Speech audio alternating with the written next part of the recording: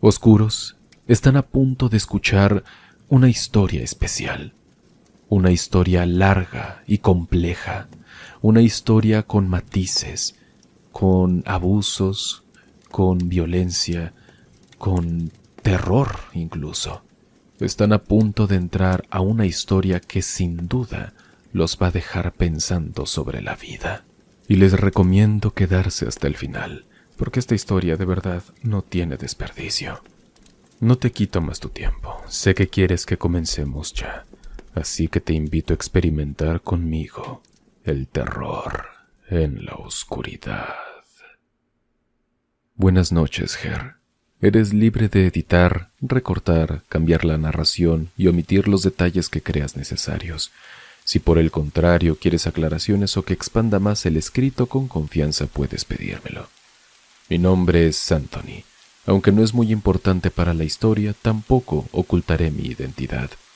Te agradezco por crear esta comunidad tan bonita, a la cual le mando un gran abrazo. Gracias, Ger, por crear este lindo espacio y a ustedes por hacerlo un lugar seguro.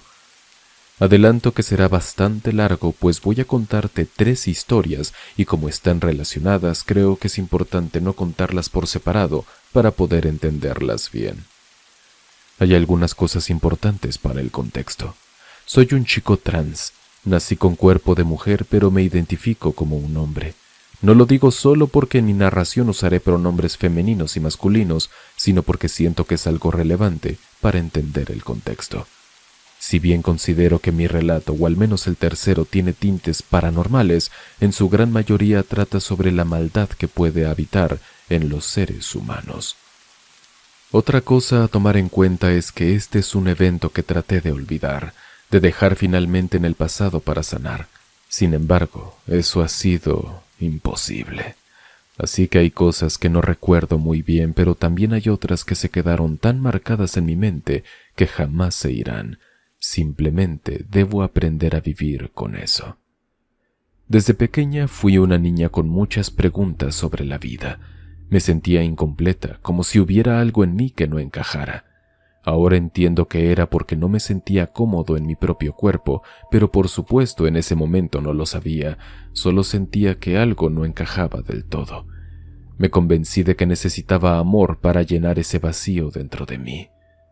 Verán, la mayoría de la gente, junto con los productos que consumía, como la televisión, las películas e incluso mi comunidad religiosa de aquel entonces, parecían indicar que necesitaba encontrar a mi media naranja, aquella persona que me salvaría y me haría sentir completa. Así que comencé a buscar desesperadamente amor, aunque solo fuera una niña de 4 años. No puedo decir que mis padres me odiaran. Mi hermana y yo incluso considerábamos que yo era la favorita. Aunque no me considero una niña abandonada u olvidada, tampoco es que nuestros padres pudieran cuidarnos a todas horas. Éramos bastante pobres, así que cuando mi madre pudo volvió a trabajar, dejándome sin mucha de la atención y del cuidado fundamentales a esa edad. No digo que estuviera mal, la verdad es que habría hecho lo mismo, pues era irse a trabajar o quedarse conmigo para verme sufrir, y quizás hasta morir. En ese contexto lo que más logro recordar no son las contadas ocasiones en las que jugábamos, sino cuando me golpeaban para que me portara bien, con las típicas frases de «es por tu bien», «lo hago por ti», «es tu culpa por portarte mal», «no me gustaría tener que hacerte esto, pero tú me obligas». Me decía a mí mismo que el amor debía aguantarlo todo, que Dios nos ponía pruebas y que después de superarlas, el amor terminaría siendo más fuerte. Esa idea realmente se quedó dentro de mi cabeza. En ese entonces yo estaba muy aferrado a la religión, pues se sentía como un lugar seguro. Cuando entré al kinder estaba muy emocionado y también algo asustado, por supuesto, pero la emoción era mayor. Hice amigos de inmediato. Yo era el centro de atención por ser nueva, algo que jamás había sentido, pues en casa mi hermana siempre era quien recibía la poca atención que mis padres podían darnos, ya que era una niña muy enfermiza. Siempre he sido una persona muy analítica, así que podía darme cuenta de muchas cosas sin que me las dijeran directamente, aunque por supuesto eso no me ayudó a no ser engañado en varias ocasiones. Era inocente, como cualquier otro niño o niña. No entendía la maldad y aún al día de hoy me sigue costando entenderla. Por eso comprendí rápido que yo era la favorita. La razón era que no causaba muchos problemas, pero después de comenzar a juntarme con una niña a la que acosaban, me convertí también en víctima de las burlas. Se metían con nosotras por nuestra apariencia, lo cual me hizo sentir confundido y desesperado, tanto por no entender el cambio como por haber perdido lo que yo creía que era cariño. Mi pequeña mente no lograba comprender ese cambio de actitud. ¿Por qué de amarme pasaron a odiarme? Me ponía cada vez más ansioso porque no encontraba una explicación. Parecía que simplemente ya no me querían. Nunca hice la conexión de que esos cambios de actitud se debían a mi amistad con la apestada del salón. Nunca le reclamé a ella, pues creía que el problema era yo. No era una idea tan absurda después de vivir con la sensación de que algo estaba mal en mí. Al mismo tiempo comencé a sentir una gran desconexión con mis padres después de haber aprendido que, para tener una vida más tranquila, debía complacer sus deseos, acatar sus reglas, ser una niña virtuosa. Debía honrar a mi padre y a mi madre y así me llevaría menos regaños junto con castigos más leves. Eso podría parecer algo bueno, pero nada es completamente blanco o negro. En la vida hay matices. Todo tiene beneficios y dificultades. Me sentía cada vez más distante de mis padres. Después de todo, ellos estaban más enfocados en la hija rebelde, o sea, mi hermana. Mi madre comenzó con las comparaciones de forma sutil, y eso, junto con sus expectativas, empezó a abrumarme. Acudí a la única persona que se me ocurrió, mi maestra. Esa maestra comenzó a hablarme con un interés que jamás había visto en nadie. Me dejaba quedarme con ella en el recreo después de que le conté mi situación en casa. Comenzamos con juegos tranquilos, dibujar, cantar, bailar, cosas que me encantaban y que hicieron que le tuviera mucha confianza. Dejé de juntarme con mi amiga porque me quedaba con esa mujer. La quería mucho porque me trataba muy bien de una manera especial. Por eso creo que comencé a verla como una figura materna, ya que a mi madre biológica la veía como alguien de quien debía cuidarme, alguien a quien no le tenía respeto ni cariño, sino terror. Los golpes que me daba mi padre eran abrumadores. A veces me quedaba acostado en mi cama intentando recuperarme del dolor físico, pero el dolor mental, el sentimiento que me causaba ser maltratado por el hombre que consideraba mi héroe en aquel entonces, me hacía sentir terrible. Las heridas físicas se curan con el tiempo, pero las emocionales no. Mi madre no era tan brutal, o quizá era porque siempre encontraba la manera de hacerme sentir peor emocionalmente. Tenía la sensación de que mi padre era un poco mejor porque al no estar tanto en casa no lo conocía igual. Ambos me daban miedo. Solo veía a mi padre como mi héroe porque estaba menos tiempo en casa. Eso significaba que me golpeaba con menos frecuencia. Pero, por otro lado, poco a poco los juegos con mi adoradora maestra comenzaron a sentirse extraños. Ya no me hacía sentir feliz ni seguro. Al contrario, no me sentía cómodo. Pero tenía miedo de expresar alguna queja y que ella comenzara a odiarme o a golpearme como mi madre. Así que lo soporté. Después de todo, era lo mejor que sabía hacer, quedarme callado y aceptar cualquier cosa de los adultos aunque no tuviera sentido. No había que cuestionar a nuestros mayores, pues se consideraba una falta de respeto, o eso creía entonces. Es difícil definir en qué momento sus caricias se convirtieron en tocamientos inapropiados, porque era una niña muy pequeña. Es difícil saber si no lo hizo desde el principio y yo no era capaz de verlo, ya fuera por mi inocencia o por el cariño que le tenía. Solo debía tragarme ese nudo en la garganta y sonreír, ser una niña buena. Finalmente me dijo que me enseñaría un juego especial, uno que era solo nuestro, un juego tan genial que si los demás niños sabían que lo estábamos jugando se pondrían celosos, al igual que mis padres. Ellos tampoco debían saberlo, por supuesto, porque entonces nos separarían y me golpearían mucho. Ay, carajo, es que me pongo a pensar, perdón que esté interrumpiendo, pero me pongo a pensar que esta maldita maestra utilizó los traumas de esta persona y los usó tal cual como un arma para poder hacer todo lo que estaba haciendo. Perdón. Aquel juego me hacía sentir aún más extraño. Me hizo fijarme más en mi cuerpo y en la sensación que me dejaba. Dejé de querer bañarme, pues comenzó a darme asco mi propio cuerpo. Me sentía vulnerable. Cada vez que debía quitarme la ropa para bañarme se sentía mal, como si estuviera jugando de nuevo ese juego que odiaba tanto. Un día exploté y le dije a aquella maestra que ya no quería jugar, y de inmediato comenzó a decirme que si ya no la quería, que jugar aquel juego era la mayor prueba de amor, y que si ya no estaba dispuesto a jugar con ella era porque yo ya no la amaba. Intenté convencerla de que la quería mucho, pero que no podía seguir jugando. Me insistió los días siguientes, pero yo ya no quería, así que comencé a llorar y a rogarle a mi madre que no me dejara en el kinder, y no me atrevía a decirle por qué. Al ver esto, esa mujer comenzó a ser más agresiva conmigo. Recuerdo bien cierto día. Mi madre, completamente harta y avergonzada de mi comportamiento, me entregó directamente a aquella mujer. La miré a los ojos rogándole en silencio que no me dejara, pero por supuesto estaba furiosa y se fue sin querer decirme nada. Ese recuerdo aún me duele porque todavía puedo recordar la desesperanza que me dejó en el pecho. Mi madre, furiosa sin despedirse, me dejó prácticamente en sus garras. Manos que antes me habían parecido reconfortantes, pero se convirtieron en estas garras que sentía capaces de destruirme si quisieran. Mientras tanto, ella seguía amenazándome con que, si les contaba a mis padres, dejaría de quererme. Desesperado por un poco de cariño, aunque doliera, cedí.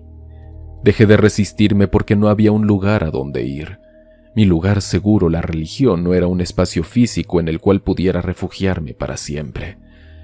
Tengo que aclarar que si bien era muy creyente, mis padres no asistían a la iglesia, por eso nunca la vi como un espacio físico al cual acudir. No les dije a mis padres hasta años después lo que había sucedido, y jamás me atreví a denunciarla. Aunque ya no tenemos tantos problemas económicos, no tengo lo suficiente para llevar un proceso así. Prefiero pensar que fui y seré la única víctima. Además, revivir todo aquello con más detalles es algo que no podría soportar. La burocracia es algo terrible y desgastante. Un juicio contra alguien así es algo que yo no podría hacer. Afortunadamente, todo eso terminó cuando me cambiaron de escuela. En su momento odié aquello, pero ahora lo agradezco infinitamente. Años después conocí a una chica aproximadamente cuando yo tenía 10 años. Llamémosla Karen. Ella fue la primera en hablarme, pues yo era muy reservado después de tanta intimidación, tanto por mis compañeros del kinder como por el recuerdo de la mujer a la que más había querido. Era demasiado desconfiado. El no poder relacionarme con los demás niños me hizo tener habilidades sociales muy limitadas, y debido a esa torpeza, los demás se burlaban de mí. Sin nadie con quien interactuar, esos aspectos no hicieron más que empeorar. Nos hicimos amigas y al poco tiempo me pidió que fuéramos pareja. Acepté más por miedo a perder a mi única amiga en una época en la que los problemas familiares habían empeorado. Mi madre en múltiples ocasiones lloró, rogándome prácticamente de rodillas para que no fuera como mi hermana. Aunque era común que mi madre se desahogara conmigo, nunca dejó de impactarme verla llorar, así que me convencí de que no debía decirle nada.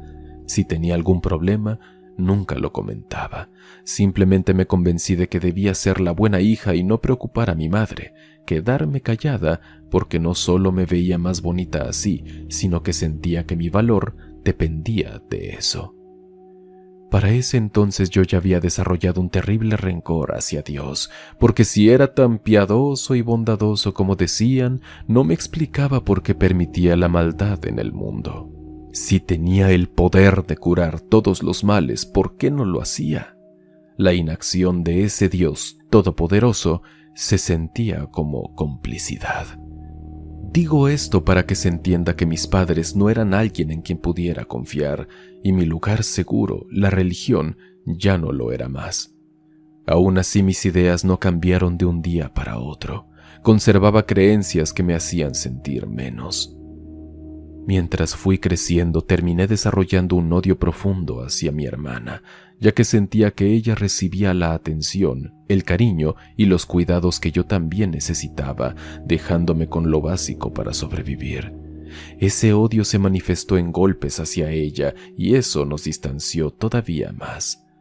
A veces me sentía como un robot sin sentimientos que solo seguía su programación habitual. Otras veces mis emociones eran tan abrumadoras que no quería hacer nada más que llorar, golpear a todos o vomitar, porque sentía que me ahogaba con toda esa carga. Eso no cambió demasiado con Karen. Ella hablaba sin permitirme siquiera darle un consejo porque la interrumpía. Cada vez me sentía más vacío en esa relación, no me aportaba nada más que estrés. Ella lo notó, por supuesto, y me aseguró que era mi culpa. Me sentía sumamente desinteresado por ella y por todo a mi alrededor, hasta que un día me dijo que estaba harta de que pareciera un robot y que sabía cómo podría hacerme sentir algo. Tengo que aclarar que ella tenía mi misma edad, si acaso era un poco mayor por unos meses. No sé cómo sabía hacer esas cosas, pero definitivamente no era algo que una niña debería hacer. Comenzó con caricias que, aunque me incomodaban, no evité, pues ya conocía ese juego, y aunque no me gustaba, no sentía que tuviera otra opción. Solo cuando esas caricias se volvieron insoportables me derrumbé y le dije que detestaba hacerlo. Ella parecía entenderlo y dejó de tocarme de manera inapropiada. En su lugar, me trataba de manera muy cariñosa, aunque al día siguiente decía que yo era demasiado pegajosa y que necesitaba pasar tiempo a solas. Comenzó a engañarme con el novio de su propia hermana. Sé que este relato parece el de un adolescente, pero no. Éramos niñas que se sentían más grandes de lo que realmente eran, o quizá niñas que habían tenido que madurar antes de tiempo. A pesar de que no la amaba y de que no me aportaba nada bueno, intenté que no me dejara. Sentía que no conseguiría nada mejor, que tenía que resignarme, aguantar como una buena mujer, ser agradecida. Además, realmente quería a su familia, quería ser parte de ella, incluso pensé en unirme a su religión.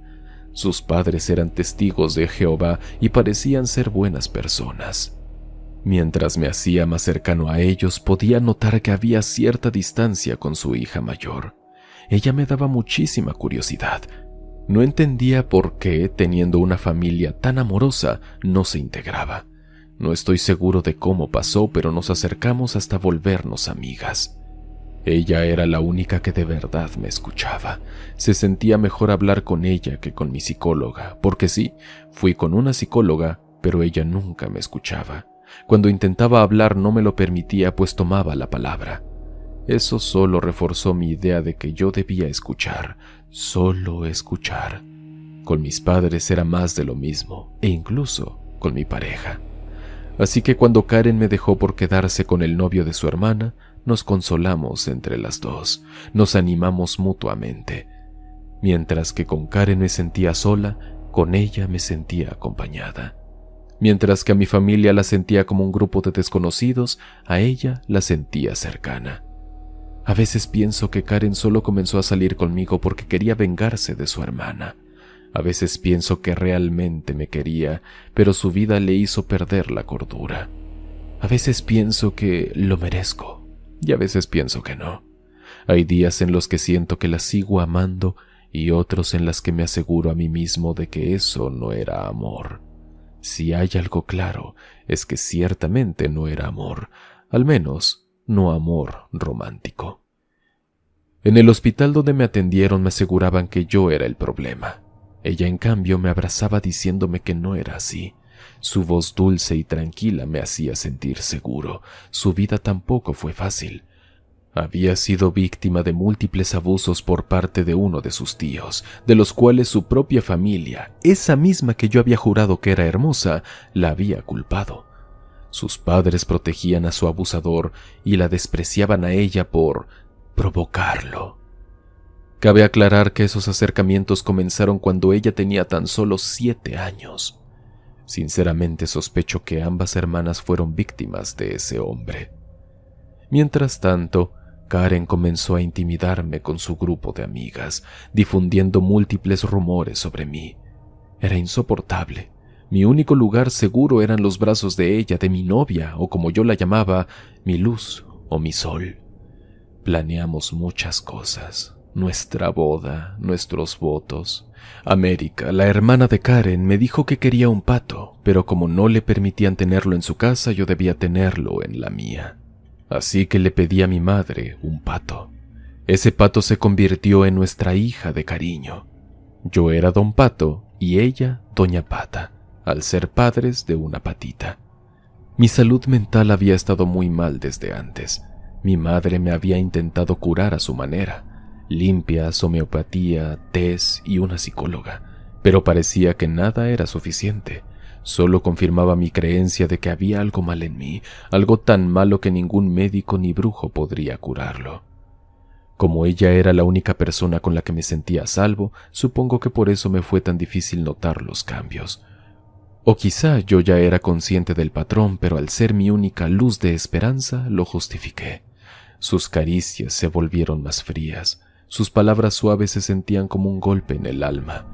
La persona que me había jurado cuidarme y amarme aún después de la muerte parecía odiarme también. Dejé de portarme bien, de ser la niña calmada y callada de siempre. Me volví directa, no me guardaba nada, decía las cosas sin filtro, sin miedo a dañar a nadie porque ya nada parecía importar. Las peleas se hicieron cada vez más grandes. Ninguna de las dos parecía tener paciencia. Yo me sentía demasiado cansado de ceder para complacerla.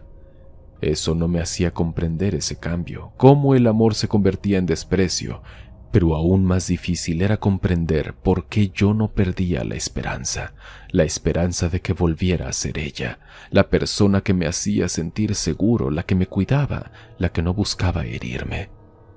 Supongo que por eso y después de mucho papeleo, me dieron mi primer diagnóstico: trastorno negativista desafiante, lo cual reforzó todavía más la idea de que yo estaba mal. Me cansé de aquello, pero no tenía dónde correr. Sus padres me odiaban después de que Karen les dijera que yo había terminado con ella para salir con su hermana, América. Mi familia tampoco se sentía como un lugar seguro, así que me aferré a mi rayito de luz. Dejé de pelear, le daba la razón, me quedaba callada, hacía lo que ella quería. Dejarme crecer el pelo, vestir como a ella le gustaba, hablar de la forma y de los temas que prefería, ser femenina porque ella aseguraba que yo jamás sería un hombre de verdad, que aunque me llamara Don Pato solo era un juego porque para ella siempre sería su esposa Pato.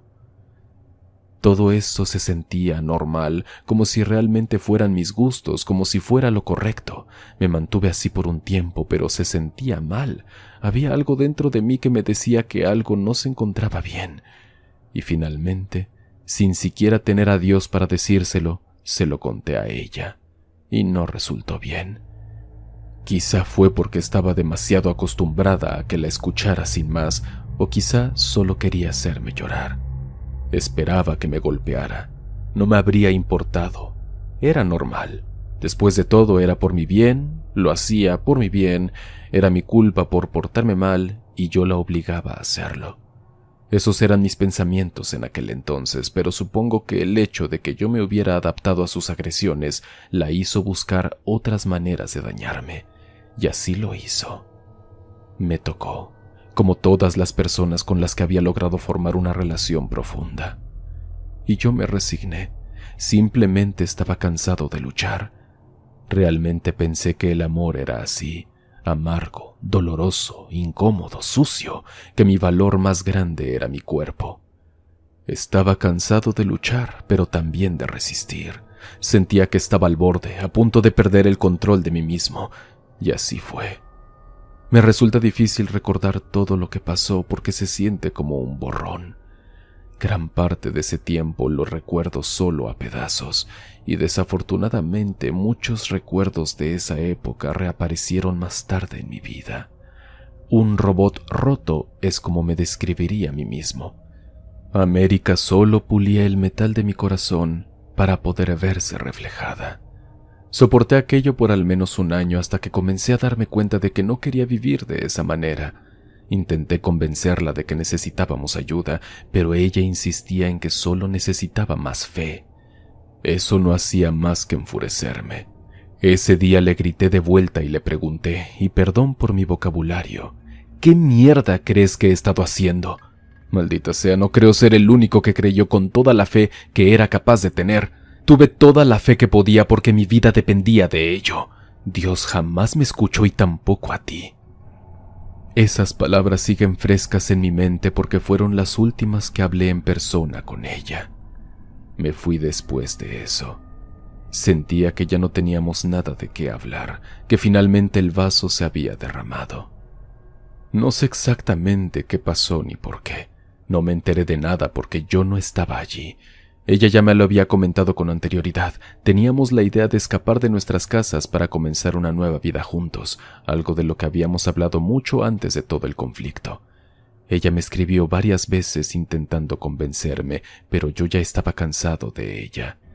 América me amenazó con matar a nuestra hija, la Patita, pero yo sabía que ella estaba segura conmigo. Después aseguró que iba a quitarse la vida si no hacía lo que ella quería, pero ya la había escuchado tantas veces amenazándome con lo mismo que le dije, hazlo. Si de verdad vas a hacerlo, hazlo de una vez.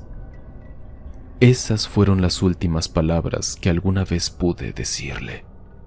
Ella dejó de escribirme por un rato, hasta que finalmente unos días después, el 25 de noviembre de 2019, me enteré de la noticia.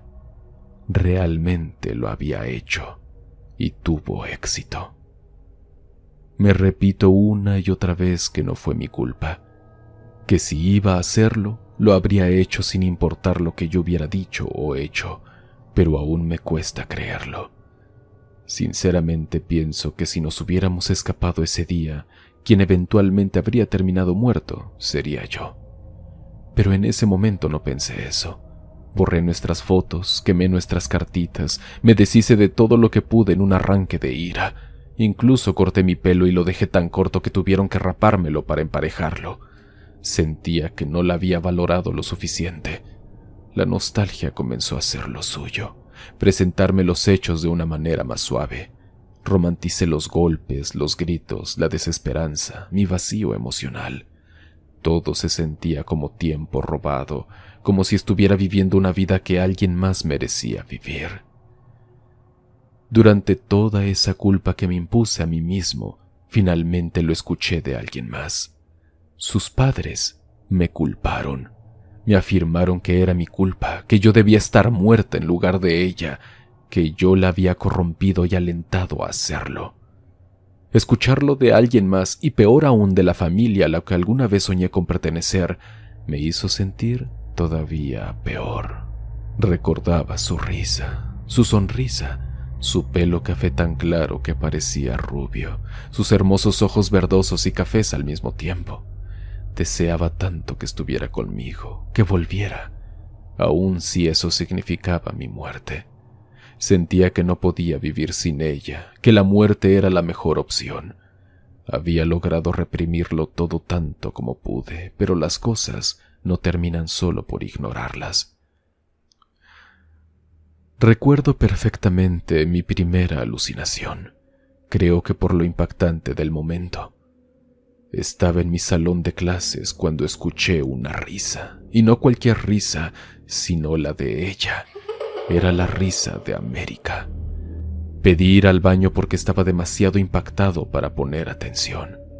Y a veces escuchaba su risa, otras su voz burlándose de mí, insultándome o criticando mi ropa, mi cuerpo o mi pelo. Ya no quería ir a la escuela pues parecía ser su sitio favorito. Su familia no era una preocupación, pues se habían mudado después de lo ocurrido, pero siempre que había una multitud sentía que aparecerían para reclamarme. Los ruidos fuertes me alteraban y todavía lo hacen porque me recuerdan a sus gritos. América no dejaba de repetir nuestra promesa, unas palabras que serían nuestro juramento cuando nos casáramos.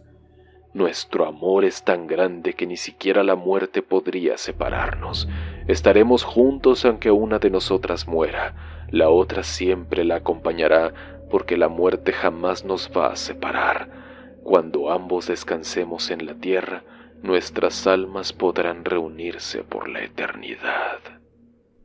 Aquel voto, antes inofensivo y reconfortante, ahora era y sigue siendo lo que más me atormenta. No paraba de burlarse de que por más que intentara parecer un chico jamás lo sería, que jamás podría cambiar lo que soy en realidad. Esa voz que escuchaba de ella me decía que ahora no podía hacerme nada, que estaba a salvo por ahora, pero que cuando muriera se encargaría de atormentarme por toda la eternidad, que me odiaba, que yo le daba asco. Y yo, desesperado por tener control sobre la situación, acepté ir a una limpia. Me decía a mí mismo que no me haría daño intentarlo. La bruja me dijo que América estaba aferrada a mí, que no podía descansar porque se había suicidado y su rencor la mantenía atada. Pero por supuesto yo mismo ya le había contado todo lo que había pasado. Estaba vulnerable. Necesitaba sentir que podía hacer algo para detener aquellos ataques. Necesitaba sentir que tenía control, así que le creí. Fuimos a varias limpias, pero no me sentía mejor. Al contrario, me sentía peor porque parecía que mi fe no era suficiente.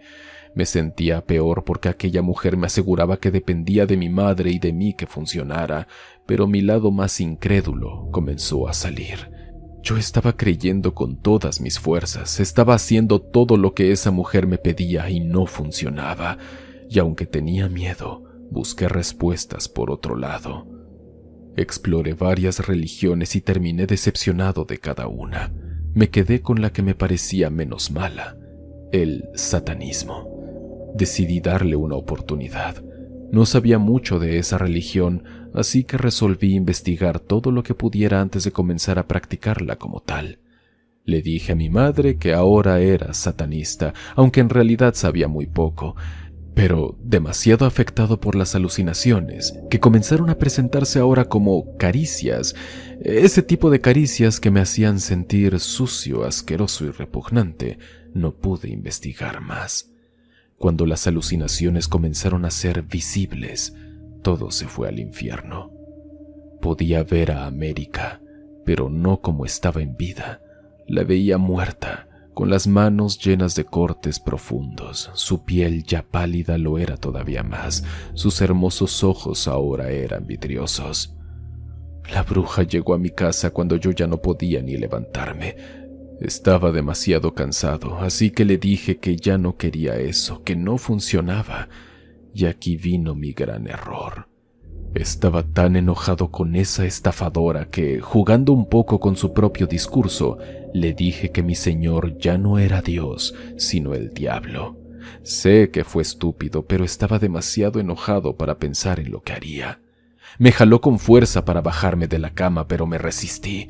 Eso solo hizo que me jalara más fuerte. En algún punto se rindió, me dejó en la cama y comenzó a golpearme con ramas. Estaba furioso, pero no hice nada más que protegerme. En mi mente le reclamaba a Dios por no ser más que un observador. Finalmente, eso fue lo que convenció a mi madre de centrarse únicamente en buscar ayuda profesional.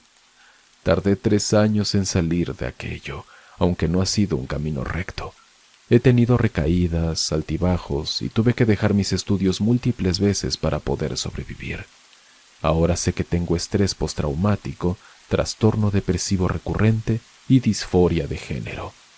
Eso me ha ayudado mucho a comprenderme mejor, a tenerme empatía y a amarme a mí mismo. Aún tengo que escuchar, ver y sentir a América, o al menos a la versión que mi trastorno me dejó, pero ahora sé que no es un espíritu. Cada año tengo que tomar precauciones. La Navidad se ha convertido en una fecha detonante.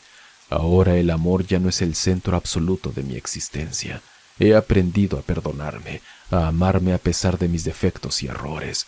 He aprendido mejores formas de amar a los demás, formas saludables. Por supuesto, siempre podré mejorar, pero eso es precisamente lo que me motiva a seguir viviendo. Mejorar, ser un mejor hombre, aunque la gente no lo entienda. Aunque me miren con asco o mis alucinaciones me hagan sentir que nunca seré un hombre de verdad como América lo hizo en vida. Sé que es temporal, nada es para siempre. Algunas promesas se rompen, algunos votos no se cumplen, pero eso no es malo. Hay cosas que debemos romper y soltar para mejorar como seres humanos. Perdono a América por lo que me hizo. No le guardo rencor. Le agradezco mucho por todo lo que me enseñó. Como que no importa si los demás no me ven como un chico. Yo sé que soy Don Pato y nadie cambiará eso. Aun si Doña Pato murió, incluso si Pioco, mi patita hermosa, muere, eso no cambia que soy su padre. Por eso siempre seré Don Pato. Oscuros, muchas gracias por llegar al final de esta anécdota. Este es uno de esos videos que son especiales porque son historias de vida tal cual. Historias tan detalladas, tan largas, tan complejas, que merecen su propio apartado, su propio video.